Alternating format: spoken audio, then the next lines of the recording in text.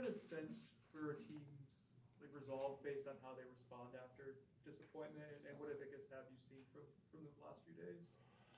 Yeah, I mean, I think when whether you win or lose, there's always a period of getting over a game. It's the same when you win.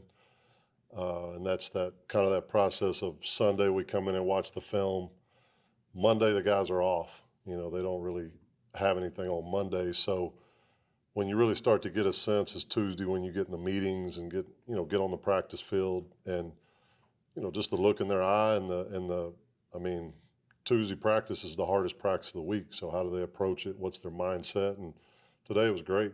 I mean, they came out and uh, great focus, great edge, and you know sometimes it's harder to bounce back from a huge win, honestly. So when you don't win, I think it's a refocus of we got to do these things to get back on track. So I thought it was good. Can you just talk about Randy as a player and all the different ways you guys are able to use him? Is that obviously he's physical, but also the mental aspect to be able to handle all that? Yeah, he's a really smart player. He was with Coach Malzahn obviously at Central Florida and knows the offense really well. That gives him a really good.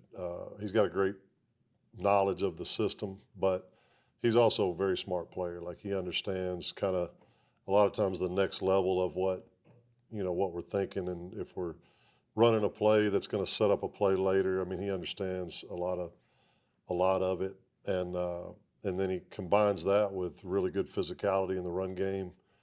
Plays really hard, really aggressive player as a blocker, and then if you just watch his routes, if you just watch the times that he gets matched up in man coverage, there's really, I mean, in the last couple of weeks, I can't remember many plays where I thought he didn't create separation.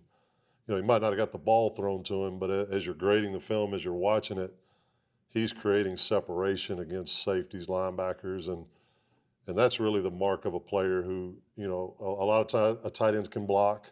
A lot of them understand the system, but then can they separate in the pass game? Not a lot of guys can do that, or they can separate in the pass game, but they're not very good blockers.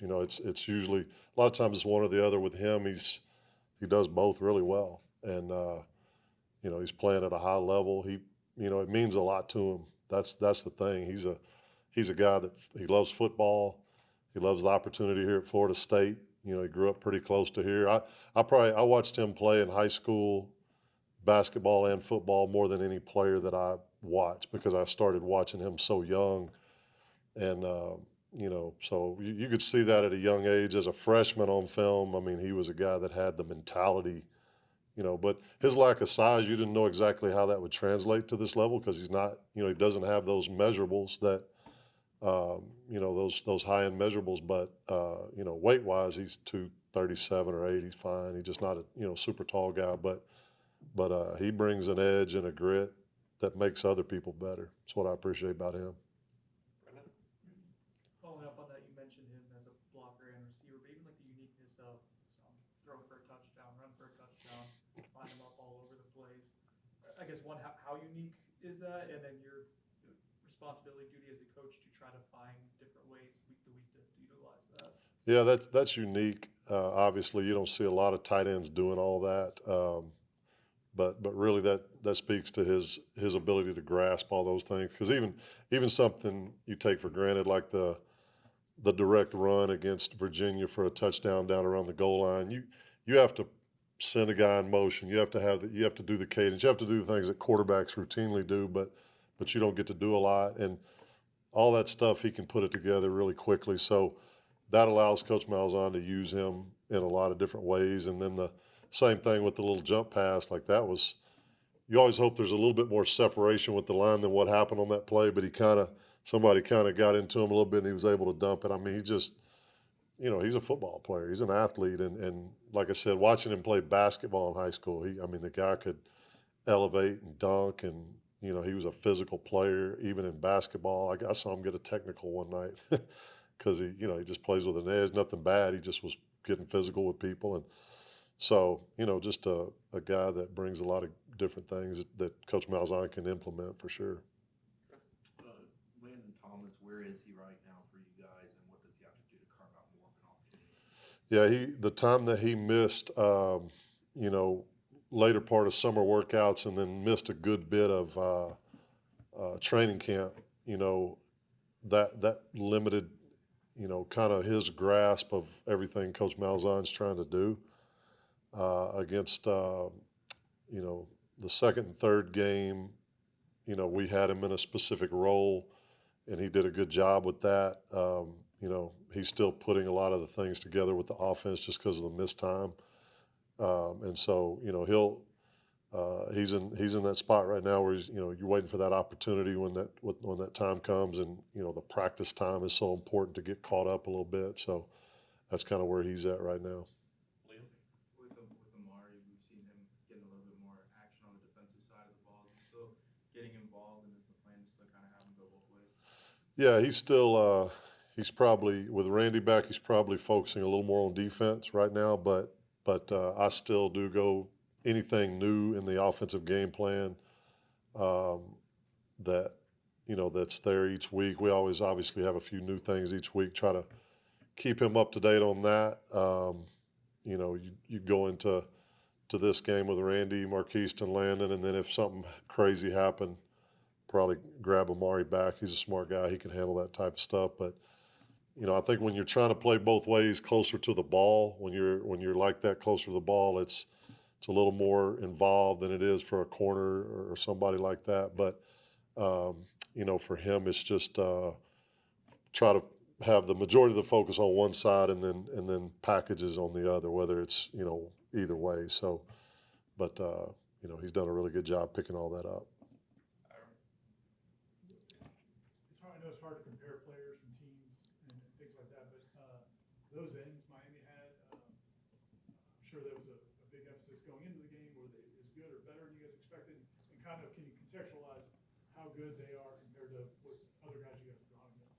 Yeah, they're what I thought they were, and I've got a unique perspective because of coaching offensive line for a long time. I've gone against Myles Garrett, Bosa at Ohio State. Well, we played Ohio State one year, and Bosa was on one side and Chase Young was on the other. You know, guys like that, and so I think those guys are in that. You know, those are very active, physical players with. You know, I think the unique thing about both those guys is they're in that. I think they're in that 260 range. You know, maybe even 270, but they've got movements like a 245, 250 guy. You know, and so that creates problems. You know, this guy can up and under me. He's got this kind of movement here, but he's also got a little more power than the average guy. Those are the ones that create big problems. And you know, I mean, we knew going in what they were, and you know, they did a great job in the game and affected the game, and that's what they've been doing all year. Brendan? Going back on Amari, for you just to see him get on the field, like you got a sack against the FCS team a couple of weeks ago, and productive this past week, and even if it's not on your side of the ball, just knowing him, the work he's putting, I guess, what does that mean for you to kind of see him? It's awesome. Like I got to, a lot of times I'm with the guys on offense on the bench talking through stuff, but I saw him get a pressure and either hit the quarterback or I couldn't see exactly what happened, but you know, for him, like the work ethic, the talent that he has, but then the character of the person. You know, you want to see all these guys be successful, but he's just one of those guys that he's got tremendous character. He's a team guy. I know at Virginia he wasn't playing as many reps, and every time Randy scored, he was the first one to congratulate him. He's just that kind of. He just wants to. His deal is I want to win. You know, whether it's offense, defense. So when you see him have success, whatever it is, it's a great thing to see that. Great kid. Corey? What does Pitt do well defensively and not giving away game plan, honestly, but how do you go about attacking a team that seems that aggressive?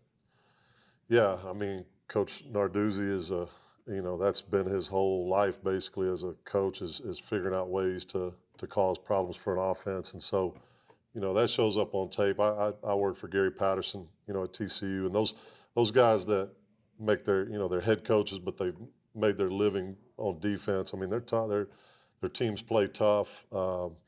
schematically, you know, they do things that give you problems. You know, he's done it for so long, and we've gone against him 2 times since I've been here, and you know, I think the first time they beat us, the second time we beat them, but it was, you know, off from an offensive perspective, it's gonna, you know, you got to do everything just right.